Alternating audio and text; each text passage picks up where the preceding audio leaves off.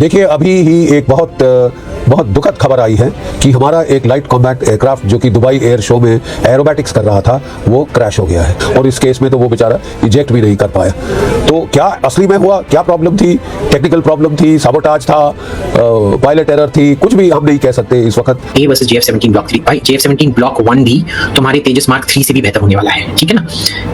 This is babus can not manufacture planes. कई लोग भारत में बड़े नाराज हैं और ये अटकलें लगाई जा रही हैं कि दुबई में जो हुआ वहाँ बहुत सारे पाकिस्तानी हैं। कल पाकिस्तानी मीडिया बड़ी अटकलें लगा रहा था अपने सोशल मीडिया में कि इसमें से ऑयल लीक हो रहा था, ये हो रहा था, फलाना ढिमकाना, बैड माउथिंग करने की कोशिश करते हैं। लास्ट ईयर पहला एक्सीडेंट हुआ था और अब ये दूसरा एक्सीडेंट हुआ है। Babus can not manufacture planes. बाबू एक इंडस्ट्री को भी प्रॉफिटेबल नहीं बना पा रहे। प्लेन मैन्युफैक्चरिंग तो बहुत दूर की बात है भाई। JF-17 has been, I know the guy who is in charge of integration. I'm not going to name him in Pakistan because he taught me more about the Indian Air Force than any Indian Air Force person taught me about the Indian. Dubai के air show में जिस पर पूरी दुनिया की निगाहें थी, वहां हमारा तेजस कैसे गिरा। हजारों लोगों के सामने भारतीय वायुसेना का फाइटर जेट तेजस हवा में कलाबाजियां खाता हुआ नीचे आ गया। गिरते हुए उसमें भयानक आग लग गई। कुछ देर तक वो घिसकता रहा और फिर खाक हो गया। इसे उड़ा रहे भारतीय वायुसेना के पायलट को निकलने तक का मौका नहीं मिला। इस हादसे में वो शहीद हो गया। यह सिर्फ एक लड़ाकू विमान का गिरना नहीं है, भारतीय रक्षा उद्योग की साख का गिरना है।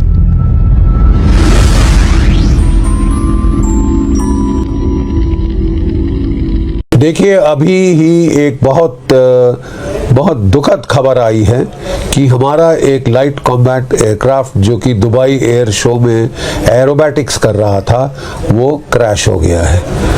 हमारा पायलट शहीद हो गया है। बहुत ही काबिल पायलट सिलेक्ट किए जाते हैं एयर शोज के लिए, the best of the best, crème de la crème. Light combat aircraft अपने आप में इसका जो एक्सीडेंट रिकॉर्ड है बहुत बेहतरीन है।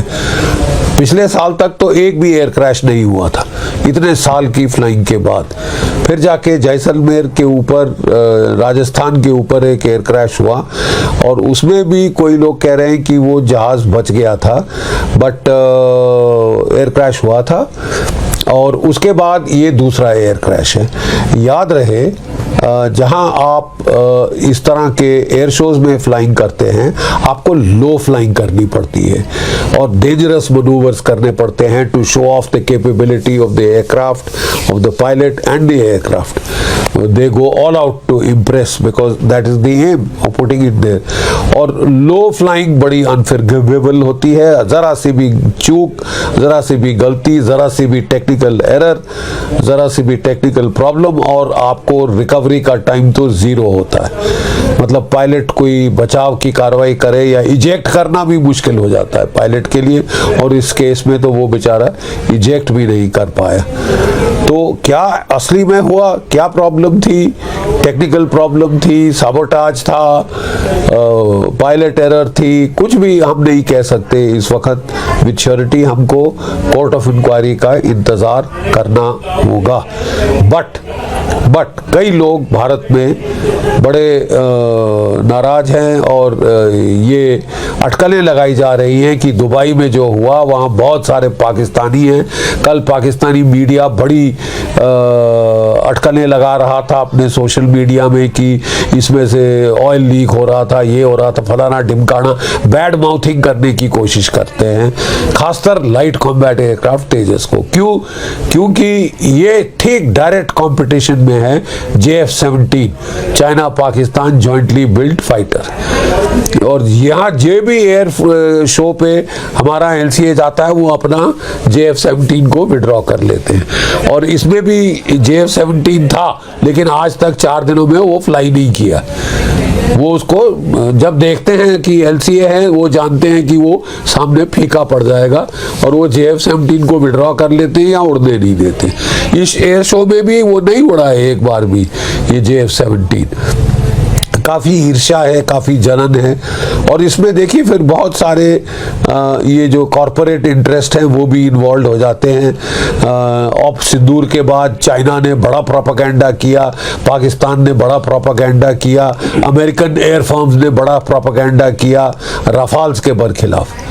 ठीक है, कि क्योंकि राफाल कंपटीशन जीत रहा है in competition to F-16, F-18, F-21 वगैरह वगैरह।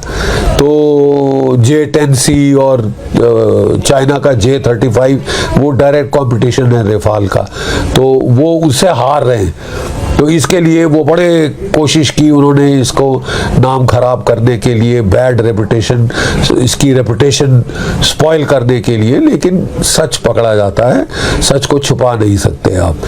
एयर शोज में ऐसा होता है, हर किस्म के एयरक्राफ्ट क्रैश हुए हैं। कोई रफाल तो एक बहुत सेफ एयरक्राफ्ट है, मैंने बोला ना, ये सेकंड एयर क्रैश है इन ऑल दी 30-40 ईयर्स। तो ये अपने आप में एक मिसाल था। लास्ट ईयर पहला एक्सीडेंट हुआ था और अब ये दूसरा एक्सीडेंट हुआ है। और जैसे मैंने बताया, एयर शो में तो रफाल्स क्रैश हो चुके हैं, F-16 तो बहुत क्रैश हो चुके हैं, स्वीडिश जो जेट फाइटर्स हैं वो बड़े क्रैश हुए हैं, रशियन फाइटर्स क्रैश हुए हैं, दो आपस में भिड़ भी गए, अमेरिकन, रशियन, चाइनीज। ये क्रैश होना तकरीबन नॉर्मल बात है एयर शोज में, क्योंकि हाई रिस्क फ्लाइंग की जाती है, लो फ्लाइंग की जाती है। तो we will have to await outcome कि क्या हुआ क्या नहीं हुआ, ये देखना पड़ेगा। A वर्सेस JF-17 ब्लॉक 3, भाई JF-17 ब्लॉक 1 भी तुम्हारे तेजस मार्क 3 से भी बेहतर होने वाला है, ठीक है ना। This is a babus can not manufacture planes.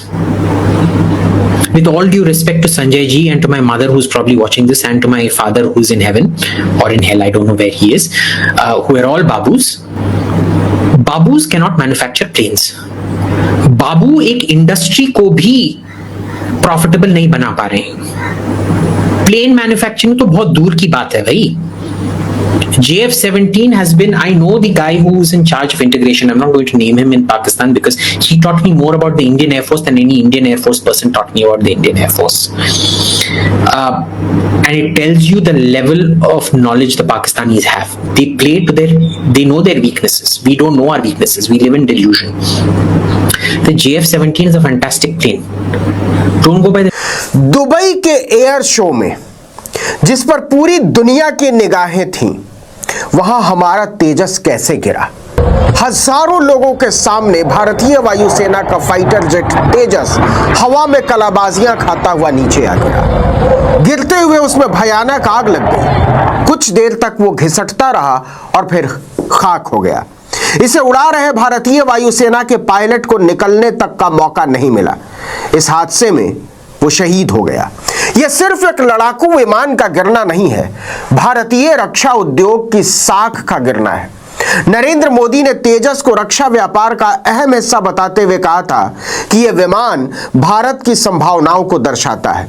वो संभावनाएं क्रैश हो चुकी हैं, क्योंकि तेजस किसी युद्ध में नहीं गिरा है, किसी विषम परिस्थिति में भी नहीं गिरा है। साफ और खुले आसमान से नीचे गिरा है तेजस, वो भी एक डेमो में, यानी प्रदर्शनी में। भारतीय समय के अनुसार लगभग 3:30 बजे अल मक्तूम एयरपोर्ट पर तेजस डेमो फ्लाइट ने उड़ान भरी। वीडियो में दिख रहा है कि तेजस अपने डेमो रूटीन के दौरान सामान्य उड़ान भर रहा था, लेकिन अचानक उसकी ऊंचाई कम होने लगी और वो तेजी से नीचे गिरने लगा। उस समय हजारों लोग इसे देख रहे थे और सैकड़ों लोग इस उड़ान का वीडियो बना रहे थे। दोपहर के समय होने वाले डेमो के दौरान सबसे ज्यादा भीड़ होती है। साल भर के भीतर वायुसेना का तेजस जेट क्रैश होने की यह दूसरी घटना है। इसके पहले 2024 में राजस्थान के पोखरण में युद्धाभ्यास के दौरान इंजन फेल होने की वजह से तेजस क्रैश हो गया था, लेकिन उसमें पायलट की जान नहीं गई थी। मार्च 2024 में हुए तेजस के उस क्रैश में पायलट ने जेट से खुद को इजेक्ट कर लिया था, लेकिन इस बार वो ऐसा नहीं कर पाया। विदेश की धरती पर तेजस के क्रैश होने का भी ये पहला मामला है, वो भी एक अंतरराष्ट्रीय प्रदर्शनी में। आपको बता दें कि दुबई एयर शो में इंटरनेशनल विमानों का प्रदर्शन किया जाता है। यहाँ दुनिया की सबसे बड़ी एरोस्पेस कंपनियां, एयरलाइंस, एयरफोर्सेस और टेक्नोलॉजी कंपनियां अपने नए विमान, हेलीकॉप्टर, हथियार सिस्टम और एरोस्पेस टेक्नोलॉजी का प्रदर्शन करती हैं। 5 दिन के एयर शो का यह आखिरी दिन था। दुबई एयर शो की शुरुआत 1989 में हुई थी। इसे दुबई के अल मक्तूम इंटरनेशनल एयरपोर्ट पर हर 2 साल पर आयोजित किया जाता है। ये लगातार तीसरी बार है जब तेजस इसमें शामिल हुआ था, लेकिन इस बार तेजस को लेकर पूरी दुनिया के कान खड़े हो गए हैं। इस हादसे का महत्व इसलिए भी बहुत ज्यादा है कि खुद प्रधानमंत्री नरेंद्र मोदी भी तेजस में उड़ान भर चुके हैं। उन्होंने 25 नवंबर 2022 को बंगलुरु में तेजस फाइटर प्लेन में उड़ान भरी थी। किसी भारतीय प्रधानमंत्री की फाइटर प्लेन में यह पहली उड़ान थी। तेजस में उड़ान भरने से पहले मोदी बंगलुरु स्थित हिंदुस्तान एरोनॉटिक्स लिमिटेड भी पहुंचे थे। हादसे के बाद भारतीय वायुसेना ने लड़ाकू विमान क्रैश होने के कारणों की जांच के लिए कोर्ट ऑफ इंक्वायरी बैठा दी है। कुछ रिपोर्टों के मुताबिक पायलट नेगेटिव जी फोर्स टर्न यानी ग्रेविटेशनल फोर्स टर्न से रिकवर नहीं कर पाए। इसके चलते विमान नियंत्रण खो बैठा। वीडियो में साफ दिखता है कि तेजस सीधे नीचे गिरता जा रहा है और इसमें कोई ग्लाइडिंग नहीं दिखी, यानी रिकवरी फेल रही और विमान फ्री फॉल में चला गया। अब समझिए कि यह जी फोर्स टर्न होता क्या है।